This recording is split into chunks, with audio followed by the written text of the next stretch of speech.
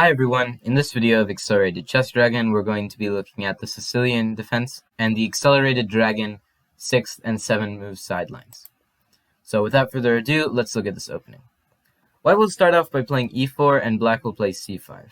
Knight f3 by white, g6 by black, d4 by white, c takes d4, knight takes d4, knight c6, knight c3, and now bishop g7. And first we're going to be looking at the 6th move sidelines. And the main move here is bishop to e3. But white could also go for a knight de2 or knight to b3. And we're first going to be looking at knight de2 because it's the more basic of the two sidelines.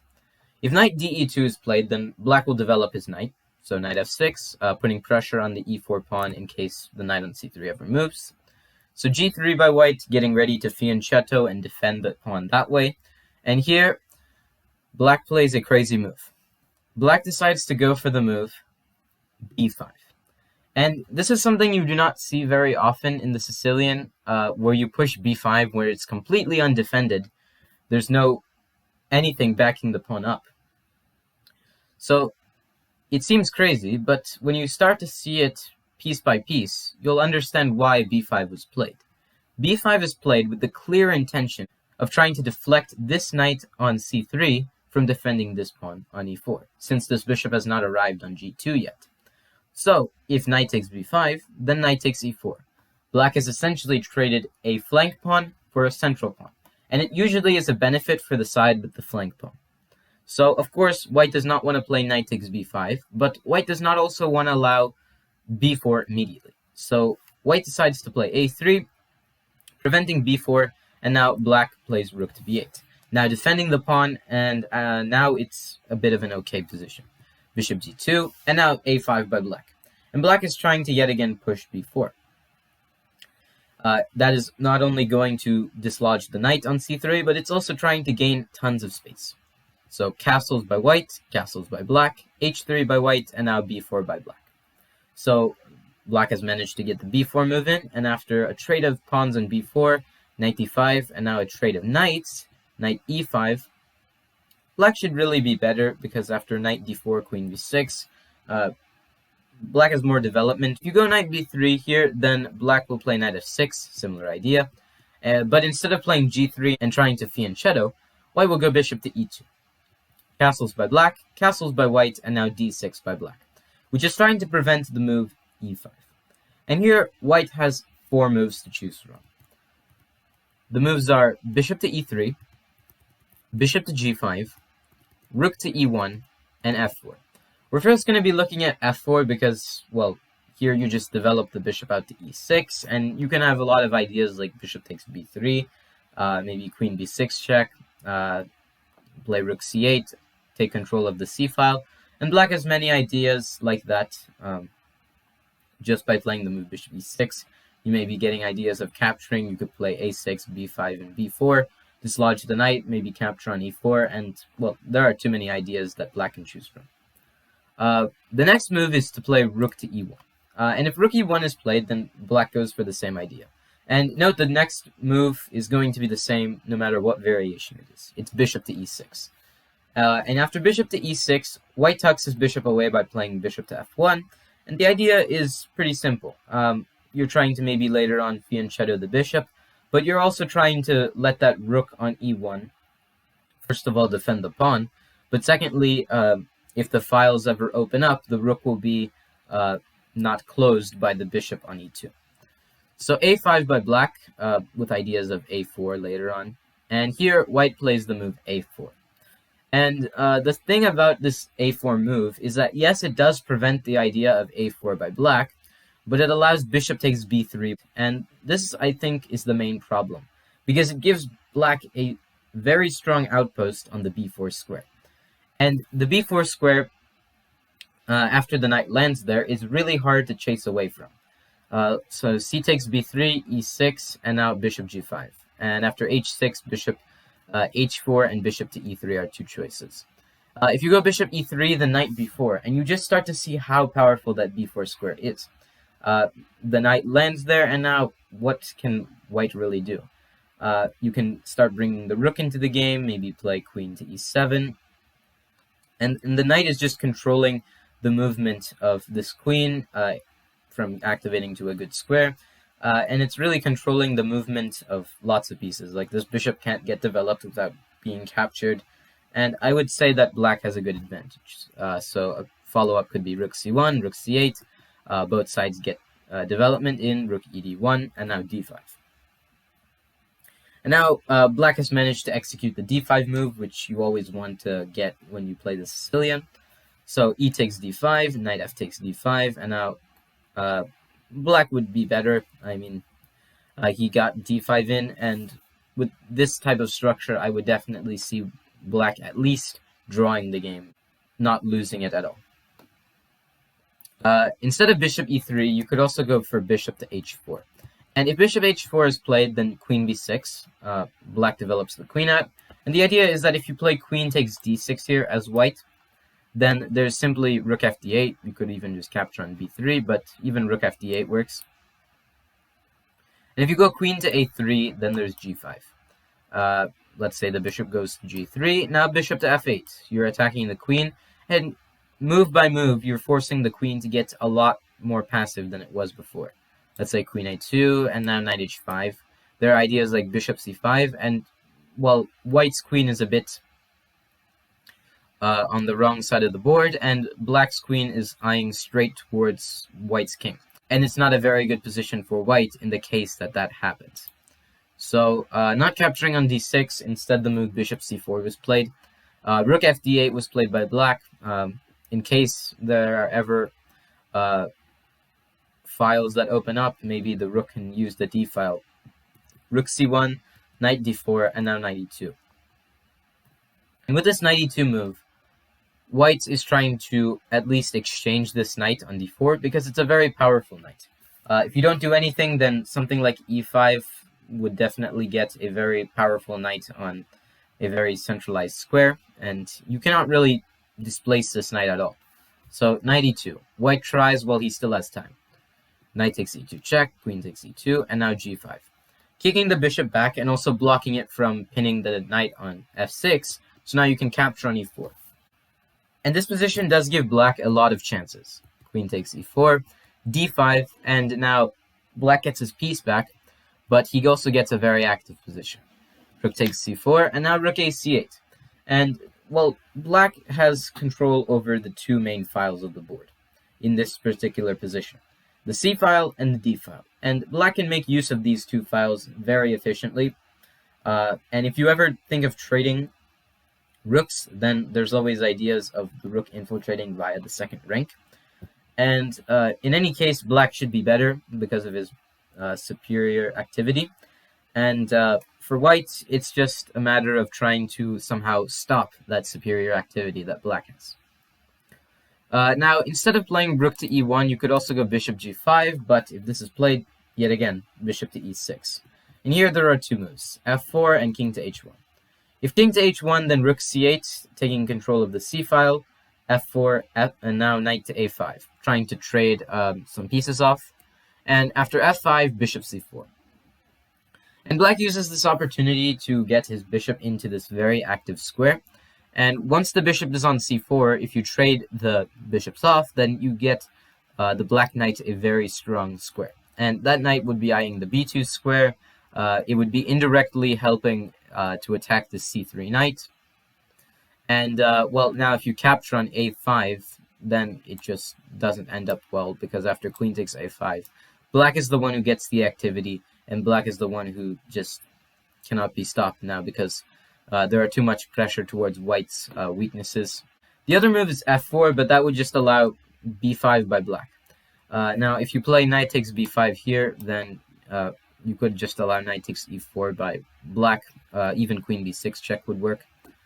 But at the same time, instead of playing the move knight takes b5, if you go bishop takes b5 here, then it's pretty much a similar idea. Just queen b6 check, king h1, and now knight takes e4. Attacking this knight on c3, which if it moves will lose the b5 bishop. And if you play bishop takes c6, there's just queen takes c6, and, well, black is better in any case. Because now, let's say knight a5, well, now just the simple move knight takes c3 can work. Even black could try this move knight to f2 check, because if rook takes f2, then just queen b6, which attacks both the knight on a5 and the rook on f2. And black gets an advantage because of his superior activity.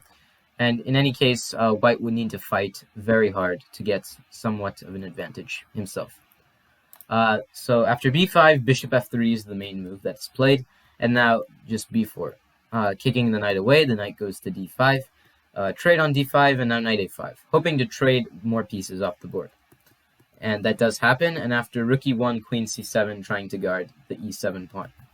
King to h1, and now after rook fc8, rook to e2. White tries to defend the c2 pawn because it was being pressured by the major pieces on the c-file, and now queen to b7. And with this, black puts a bit of pressure towards the d5 pawn, but he's also getting ready to play a5, a4, and create some counter threats on the queen side.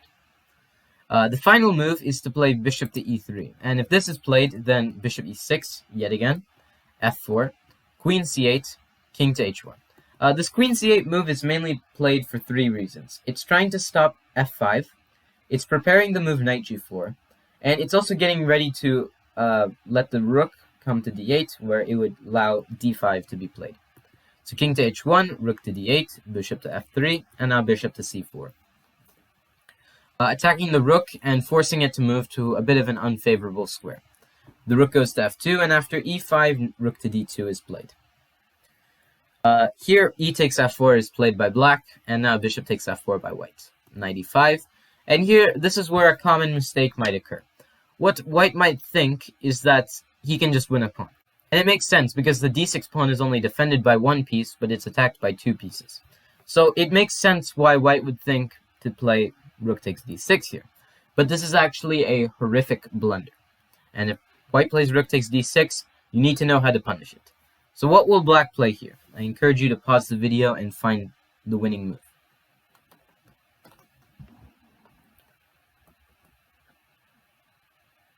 Okay, so black will play the move rook takes d6. And after queen takes d6 by white, just knight takes f3. G takes f3, and now queen to h3. And it may not seem like much at first, because, well, you can just defend the f3 pawn with, say, bishop to g3. But you'll see how much of a trouble it actually is.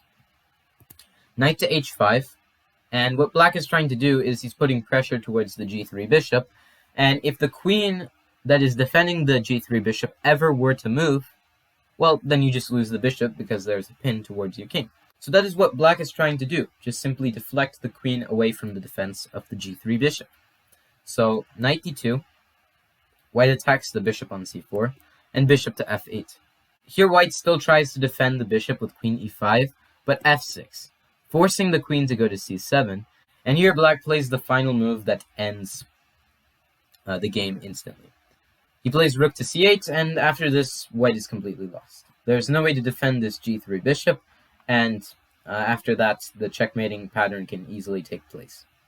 Let's say queen takes b7, just knight takes g3 check, king to g1, and now just bishop c5, and that is just checkmate. There's nothing more about that. So that was the 6th move, Sidelines. Now let's take a look at the 7th move, Sidelines. After bishop to e3, knight to f6. And here, this is where the 7th move, Sidelines, come into play. The main move that white will play here is bishop to c4, as you remember from my mainline variation video of the accelerated dragon. But here, white will play 3 different moves. Knight takes c6, and now the other 2 moves are bishop to e2 and f3. We're first going to be looking at the move bishop to e2 because it's actually the most basic of the 3 moves. And if bishop e2 is played, then both sides castle, d6, and now f4 by white. Queen b6 by black, putting pressure towards the d4 knight. The queen goes to d3, and now knight g4.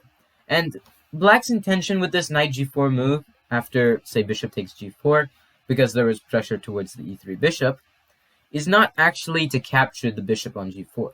It's actually to play bishop takes d4, so eliminating that knight on d4. And after bishop takes d4, queen takes d4 check, queen takes d4, knight d4, and now a trade of bishops. This is what we mainly consider the Sicilian endgame. And in the Sicilian endgame, black is at least better. You're at least equal as black, and you have no way of really losing the position unless you make a terrible mistake. So this would really favor black in any case. The next move is actually just f3, and if this move is played, then there's just castles by black, and now queen to d2 by white. d5, and now e takes d5 is one move, and another move is knight takes c6. You've knight takes c6, then there's b takes c6, and now e5. Knight d7, f4, defending the e5 pawn. e6, and black's main idea here is to play c5 and then play d4. And it makes sense because, well, you're trying to fork either the knight or the bishop, and you're just simply trying to activate your pieces after that. So it makes sense why white would play his next move, but this move is a big blunder. White will play the move knight to a4 in hopes of trying to stop the move c5 from being played by black. But this move comes with a major flaw. Can you spot it?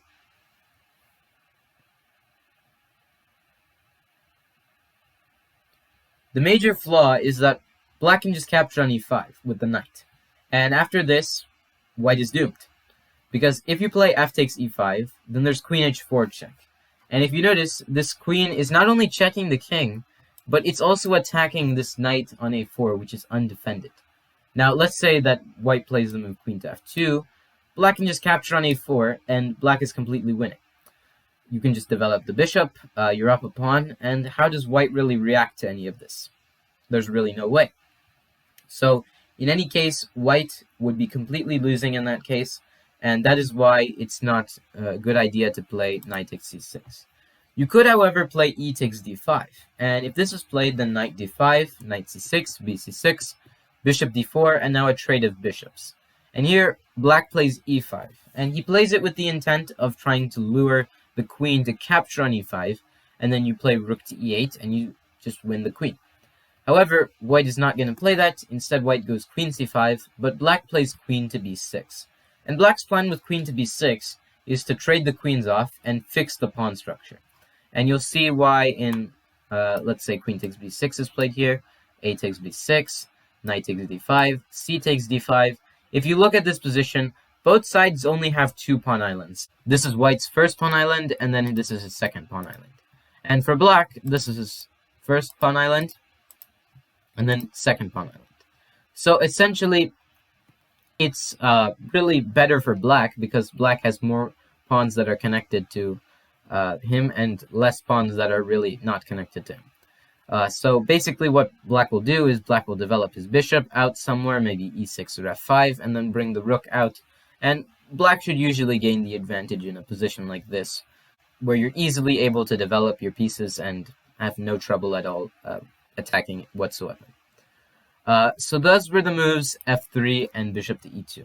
Now, the last move is knight takes c6.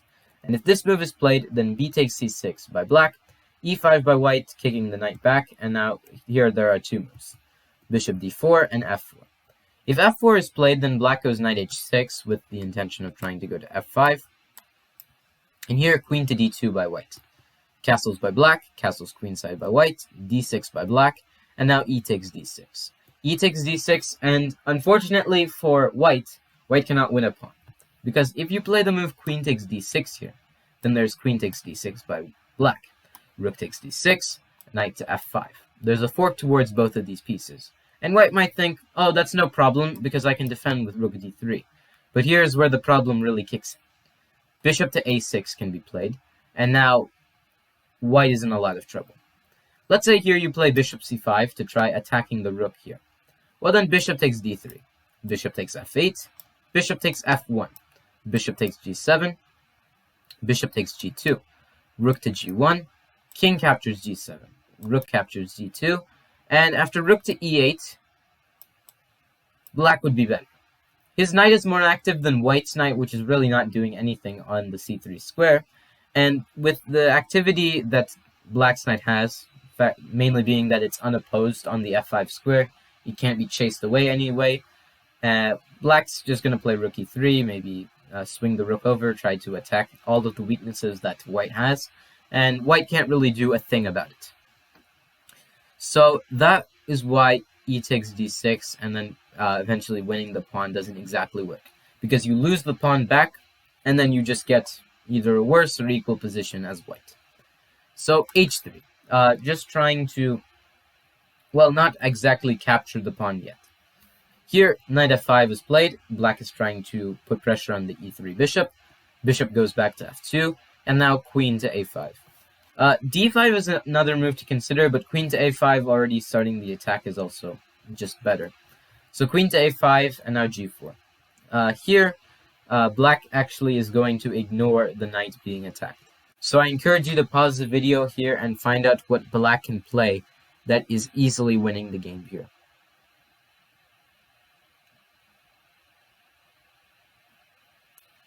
Okay, so here black can actually play the move rook to b8. And the idea is to give up the f5 knight with the intention of weakening the defense of the c3 knight. Now, what do I mean by this? Well, white's most popular response in a position like this would probably be g takes f5. And white would think that he just won a knight, and now it's an easy win for him because black has nothing. But black actually would just win easily from here. Can you spot how?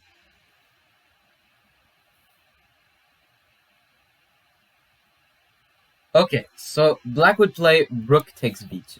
And after this, black is completely winning. There is nothing that white can do, because, first of all, if you play king takes b2 here, then just queen b4 check. Let's say king c1 here, queen a3 check, king to b1. And now, you're not exactly interested in this knight. Instead, you have a better idea and plan. You're going to go bishop to e6. And the idea is not to win the knight. It's to win the game. Here, your threat is to play rook b8, assuming that f takes e6 is played, and now rook to b8. And here, white might think that they have a way of defending, with bishop to b5. But black can just play rook takes b5 check, and it's already lost. Knight takes b5, and now queen to b2. You see how this queen and bishop are very nicely cooperating to force the checkmate towards white's king. And really no other variation can really save white, so that's why it's just completely lost after the move, rook to b8. G takes f5, rook takes b2. White is hopeless. Now the final move, instead of playing the move f4, is to go bishop to d4. And if this move is played, then there's f6 by black. f4 by white, trying to reinforce e5. Queen a5 by black, yet again threatening e5. Queen e2 by white. And now f takes e5, bishop takes e5, and now knight to f6. So black develops his knight and is getting ready to castle. And here, white will castle queenside and black will castle kingside. You might be wondering, why doesn't white just play the move bishop d6 here? Well, it's actually because black can just castle. And it doesn't matter if you capture on e7, it's not going to be a big deal.